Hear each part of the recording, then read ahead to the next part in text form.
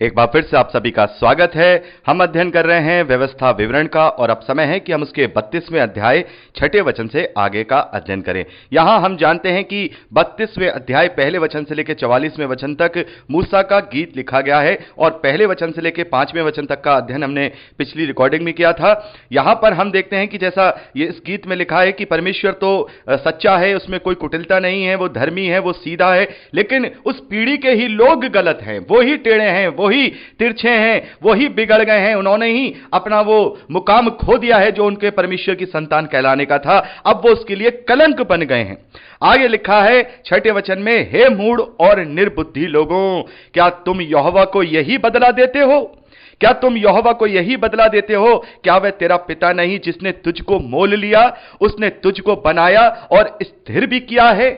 यहां पर यह गीत ये अंगीकार कराता है। जब यह गीत इजरायली गाते होंगे तो इस बात का वो अंगीकार करते होंगे कि हमने अपने परमेश्वर को क्या बदला दिया है। उसने तो हमें इतनी आशीष दी, हमें यह प्रतिज्ञा का देश दिया, उसने वो सारी तमाम बातें दी, हमने उसके बदले में उसे क्या दिया? क्या दिया? रिस दिलाई, उसे हमने गुस्सा दिलाया, हमने उसके विरोध में कार्य किया। उसने तो हमें मोल ले लिया और उसने हमें स्थिर भी बनाया और हमने उसके बदले में उसको दिया क्या? मेरे प्यारे बहनों, आज हम मसीह विश्वासियों को भी इस गीत से प्रेरणा लेनी है, क्योंकि पौलुस कहते हैं कि जो पवित्र शास्त्र है, जो पुराना नियम है, वो हमारे लिए शिक्षक है।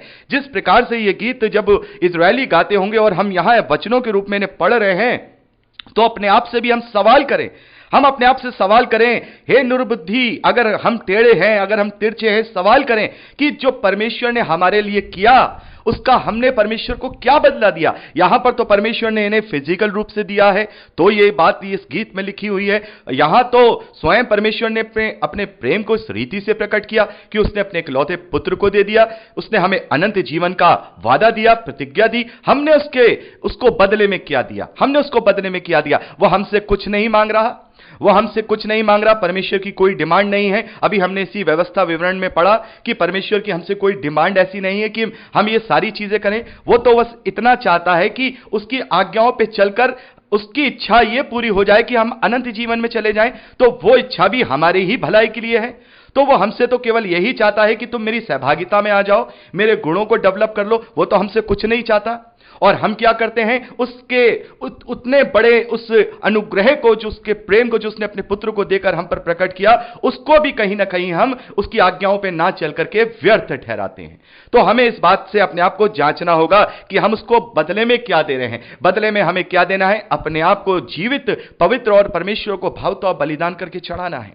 हमें प्रभु के चरित्र को अपने जीवन में ग्रहण करना है, अपने उद्धार के कार्य को पूरा करना है। मसीह ने जो हमें आज्ञा दी है, उस आज्ञा का पालन करना है कि जाति जाति के लोगों को चेला बनाओ, उन्हें पिता, पुत्र और पवित्र आत्मा के नाम से बपतिस्मा दो, और जो बातें, शिक्षाएं मैंने तुम्हें सिखाई हैं उन्हें मानना सिखाओ, और देखो मैं जगत के अंत तक सदा तुम्हारे साथ हूं। तो उसने बयाने में तो हमें पवित्र आत्मा दे दिया, उसने हमें एक ही पवित्र आत्मा से पिला दिया, हमें छाप भी लगा दिया। तो हमें भी बदले में उसको वो देना है अपने आप को, वो जीती आत्माओं का जो दान है उसको देना है, उसके खत्तों में लोगों को जोड़ना है, ताकि उसकी सहभागिता में जब इस आदम की संतानें वहां अनंत जीवन के लिए जाएं, तब उसका एक बड़ा परिवार हम बनने पाए। तो यहां पर हमें 6ठे वचन में यहां ये बात लिखी है कि हम परमेश्वर ने हमें सब कुछ दिया, लेकिन हमने परमेश्वर को उसके बदले में क्या दिया है? आगे 7वें वचन में लिखा है, प्राचीन काल के दिनों को स्मरण करो, पीढ़ी पीढ़ी के वर्षों को विचारो, अपने बाप से पूछो और वह तुमको बताएगा, अपने वृद्ध लोगों से, अपने बुजुर्गों से सवाल करो, वो तुमसे कह देंगे। मेरे प्यारे बहनों, ये गीत ही अंगीकार कराता है कि पहले के लोगों को देखो, और यह गीत हमसे ही अंगीकार कराता है, मसीह विश्वासियों से, कि पुराने नियम को पढ़ो, पुराने नियम को पढ़ के देखो, पूछो वहां परमेश्वर ने कितनी यहां जो फिजिकल और भौतिक आशीषें दी, जो नाशवान आशीषें थी, वो नहीं रहे, वो प्रतिज्ञा का देश नहीं रहा, वो सब कुछ जाता रहा, वो सब कुछ मिट गया। वो भवन भी जो बड़े भव्य तरीके से सुलेमान ने बनाया था, पहले तो हम देखते हैं कि परमेश्वर ने मूसा के द्वारा अपने निवास स्थान के लिए एक तंबू को बनाया। अभी हमने निर्गमन में पढ़ा, वो तंबू बनाया गया, उसमें वो मिलाप वाले तंबू में मूसा से बातें किया करता था, लेकिन उस तंबू की जगह आगे चल के अभी हम पढ़ेंगे कि सुलेमान ने वहां एक बहुत भव्य मंदिर बनाया, लेकिन वो मंदिर भी नहीं रहा, वो मंदिर भी नहीं रहा। तो जिस प्रकार से यहां पर ये गीत इजरायली जब गा रहे हैं, तो वहां ये अपने आप से अंगीकार कर रहे हैं कि हम अपने पूर्वजों से पूछें, अपने पिता से पूछें, अपने बाप से पूछें, वो हमें बताएगा कि परमेश्वर के कैसे कैसे काम उनके जीवन में हुए थे। वो बताएगा, अपने बुजुर्ग लोगों से पूछो, उनसे सवाल करो, वो तुमसे बता देंगे कि कैसे परमेश्वर ने कार्य किया था। तो हमारे लिए यह इस तरीके से लागू होता है कि हम इस पवित्र शास्त्र को देखें कि परमेश्वर ने कैसे कैसे अद्भुत कार्य किए थे, देखें, हम जाने, हम परमेश्वर की महिमा को पहचाने, परमेश्वर हमसे क्या चाहता है वो हम जाने। वो हमसे चाहता है कि अविनाशी को, माफ कीजिएगा, विनाशी को छोड़ के अविनाशी को धारण कर लो। वो चाहता है कि देखो, मैंने सब कुछ दिया, इन्हें बाहुबल दिया, इन्हें इस धरती पर एक बड़ी जाति बना करके रखा, इन्हें मैंने संसारिक रूप से आशीषित किया, लेकिन ये सब क्या थी? ये सब व्यर्थ की चीजें थी। अब मैं तुम्हें असली चीज देने आया हूं, अब मैं तुम्हें असली चीज दे रहा हूं, भेद मैंने तुम्हें बता दिए हैं, इस पवित्र शास्त्र को पढ़ के समझो। तो ये 7वां वचन हमसे यही कहता है, जो कि इस मूसा के गीत का जो 7वां वचन है, इस्राएलियों से कहता है कि तुम अपनी पीढ़ियों से पूछो, पुरानी पीढ़ियों को देखो, बाप से पूछो, बुजुर्गों से पूछो, और हमसे कहता है कि तुम पुराना नियम पढ़ो, पवित्र शास्त्र पढ़ो कि कैसे परमेश्वर ने भव्यता के साथ अपनी महिमा को अपने लोगों के बीच में किया है। आगे 8वें वचन में लिखा है, जब परम प्रधान ने एक एक जाति को निज निज भाग बांट दिया और आदमियों को अलग अलग बसाया, तब उसने देश देश के लोगों की सीमाएं इजरायलियों की गिनती के अनुसार ठहराई। मेरे प्यारे भाई बहनों, हम जानते हैं कि अभी हम आगे पढ़ेंगे यहोशू की पुस्तक में कि कैसे परमेश्वर ने, अभी हमने गिनती की पुस्तक में पढ़ा ना, परमेश्वर ने इजरायलियों की गिनती करने के लिए कहा, और उनकी गिनती के अनुसार उन्हें वो सारी भूमि बांट दी जाएगी। उनकी गिनती के अनुसार वो सारी भूमि बांट दी जाएगी, जिसकी जितनी गिनती उसके हिसाब से उन्हें वो इजराइल, जो उस प्रतिज्ञा का जो देश है, वो उसमें बांट दिया जाएगा। तो यहां लिखा है कि देखो कैसे परमेश्वर ने सभी को उसका भाग दिया है। किसी के साथ परमेश्वर ने यहां पर ऐसी बात नहीं की है कि एक को अगर ज्यादा दिया हो तो एक को, किसी को कम दिया हो, सबको बराबर दिया है। और यदि लेवियों को परमेश्वर ने उस धरती पर भाग नहीं दिया, तो लेवियों के लिए परमेश्वर ने 10वें हिस्से का प्रावधान करा दिया, व्यवस्था दे दी कि सारे इजरायली जातियां मिलकर के लेवियों को 10वां अंश दिया करें। तो परमेश्वर ने सारी बातें की हैं। ये 8वां वचन इसी बात को क्लेम करता है, ये उस गीत का ये अंश इस बात को क्लेम करता है कि परमेश्वर ने सबको अलग अलग तरीके से न्यायपूर्वक उसको गिनती के अनुसार इजराइल की सारी सीमाएं ठहराई, उन्हें वो सारा देश दे दिया। आगे लिखा है, क्योंकि यहोवा का अंश उसकी प्रजा है, याकूब उसका नपा हुआ निज भाग है। उसने उसको जंगल में और सुनसान गरजने वालों से भरी हुई उस रेगिस्तान में पाया, और उसने उसके चारों ओर रहकर उसकी रक्षा की और अपनी आंख की पुतली के समान उसकी सुधि रखी। मेरे प्यारे भाई बहनों, यहां पर हम देखते हैं कि परमेश्वर ने, जैसा भी हम पढ़ते आ रहे हैं कि परमेश्वर ने इस्राएलियों को अपना निज भाग ठहराया, निज प्रजा ठहराई, निज धन ठहराया, और हम देखते हैं कि जो भी उसके वाचा के अंतर्गत आते हैं, यह पुरानी वाचा की बात यहां पर हो रही है जो परमेश्वर ने इजरायलियों से की मूसा के द्वारा। इस वाचा के अनुसार जितने इजरायली हैं वो सब परमेश्वर का अंश हैं, वो सब परमेश्वर की नपे हुए निज भाग हैं, और परमेश्वर ने उन्हें हर एक तरीके से बचा करके रखा। हम देखते हैं कि अभी हमने पढ़ा कि जंगल के सफर में जब वो इजरायली कुड़कुड़ाए, परमेश्वर ने उन्हें किसी भी बात की कोई घटी नहीं होने दी। उन्हें चट्टान से पानी पिलाया, बटेरे खिलाई, मन्ना खिलाया, उनके कपड़े पुराने नहीं पड़े, वो थके नहीं, परमेश्वर उनके साथ रहा। और यहां लिखा है कि अपनी आंख की पुतली के समान उसकी सुधि रखी, अपनी आंख की पुतली के समान। तो जब ये इजरायली उस वाचा के तहत उसका अंश बन जाते हैं, उसकी निज प्रजा बन जाते हैं, और वो उनकी इस प्रकार से सुधि लेता है कि जैसे आंख की पुतली का जो उदाहरण है वो एक बहुत बड़ा उदाहरण है। मेरे प्यारे भाई बहनों, हमें इसको ज्यादा विस्तार से बोलने की जरूरत नहीं, आप समझ सकते हैं कि आंख की पुतली का महत्व एक मनुष्य के लिए क्या होता है। तो जैसे हम अपनी आंख की पुतली की सुधि रखते हैं, वैसे ही परमेश्वर अपने अंश की, अपनी प्रजा की सुधि रखता है। तो आज उसकी प्रजा कौन है?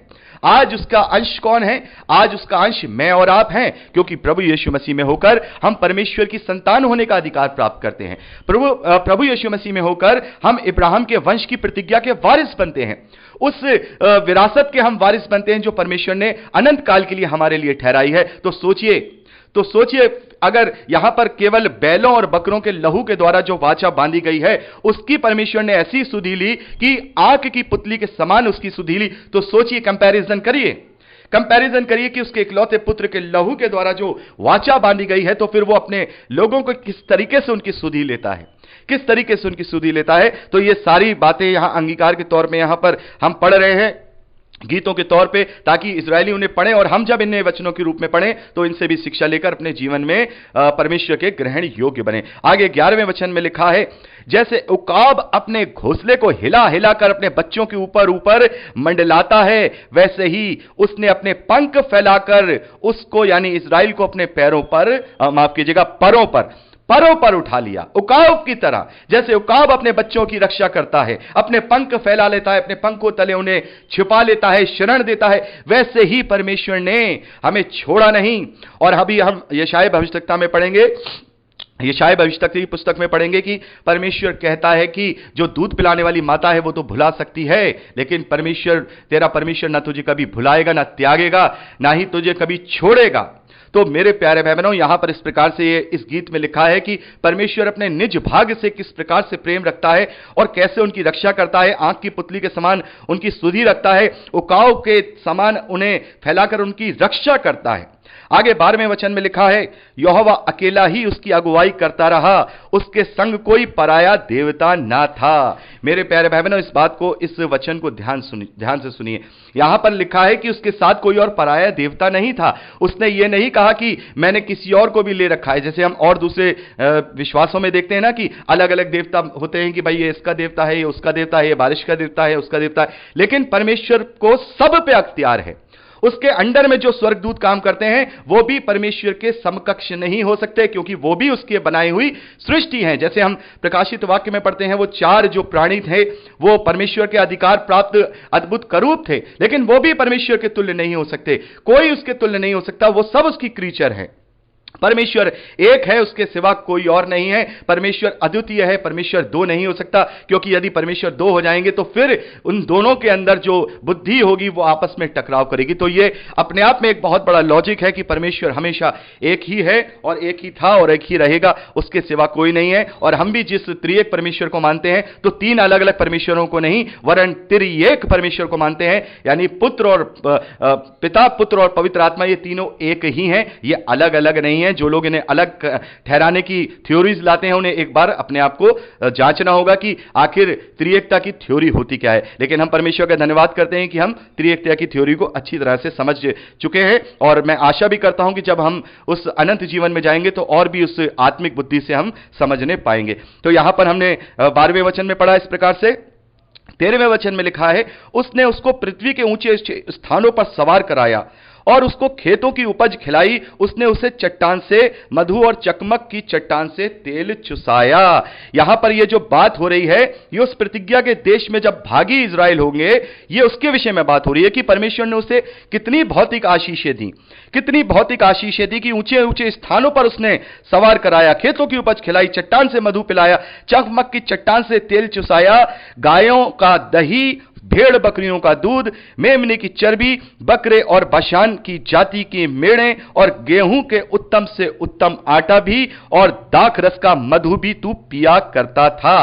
तो ये जो बात हो रही है ये उस प्रतिज्ञा के देश के अधिकारी होने के बाद जो परमेश्वर उन्हें आशीष देगा ये उसके विषय में लिखी है, क्योंकि आगे चल के जब ये बातें इजरायलियों की पीढ़ियां इस गीत को गाएंगी तो वो समझ जाएंगी कि उन्हें कैसे परमेश्वर ने इजराइल के उस प्रतिज्ञा के देश में उन्हें आशीषित किया था, कैसे उन्हें चट्टान से मधु, चकमक की चट्टान से तेल, गायों का दही, भेड़ बकरियों का दूध, मेमने की चर्बियां, यानी हर एक चीज से उन्हें तृप्त किया, उत्तम से उत्तम आटा उन्हें खिलाया, सारी चीजें करी। और यहां 15वें वचन में लिखा है, परंतु यशूरून मोटा होकर लात मारने लगा, तू मोटा और हष्ट पुष्ट हो गया और चर्बी से छा गया। तब उसने अपने सृजनहार ईश्वर को तज दिया और अपने उद्धार मूल्य चट्टान को तुच्छ जाना। तो मेरे प्यारे भाई बहनों, यहां पर हम क्या देखते हैं कि संसारिक आशीषों में फंसकर संसारिक आशीषों में फंसकर आज भी हम देखते हैं कि हम भी संसारिक भौतिक वस्तुओं में फंसकर परमेश्वर को तज देते हैं, उसे किनारा कर देते हैं, उसे अपनी उद्धार मूल चट्टान को, जो हमारे उद्धार मूल चट्टान है, उसको तुच्छ जानने लगते हैं, आत्मिक बातों को तुच्छ जानने लगते हैं, आत्मिक जो स्वर्गीय आशीषें हैं उन्हें तुच्छ जानने लगते हैं। यहां पर लिखा है यशूरून। यशूरून का मतलब जो धर्मी इज़राइल है। एक इज़राइल का जो उपनाम है वो यशूरून भी है। यशूरून का जो शाब्दिक अर्थ है वो है धार्मिक इज़राइल, मतलब जो परमेश्वर के वचन पे चलने वाले इज़राइली हैं उन्हें कहा जाता है यशूरून। यानी तुम वचन पे, यानी तुम व्यवस्था पे जब चल रहे थे तुम यशूरून थे, लेकिन जब तुमने ये सारी आशीषों को पाया तब तुमने उसके विरुद्ध ही लात मारने के लिए अपनी लात उठाई। तो मेरे प्यारे भाई बहनों, यहां पर 15 मिनट से ज्यादा की रिकॉर्डिंग हो गई है। मैं चाहूंगा अपनी बात को मैं अगली रिकॉर्डिंग में कंटिन्यू करूं, तो फिर से हम यहां 15वें वचन से आगे का अध्ययन अगली रिकॉर्डिंग में करेंगे। प्रभु आपको आशीष दे।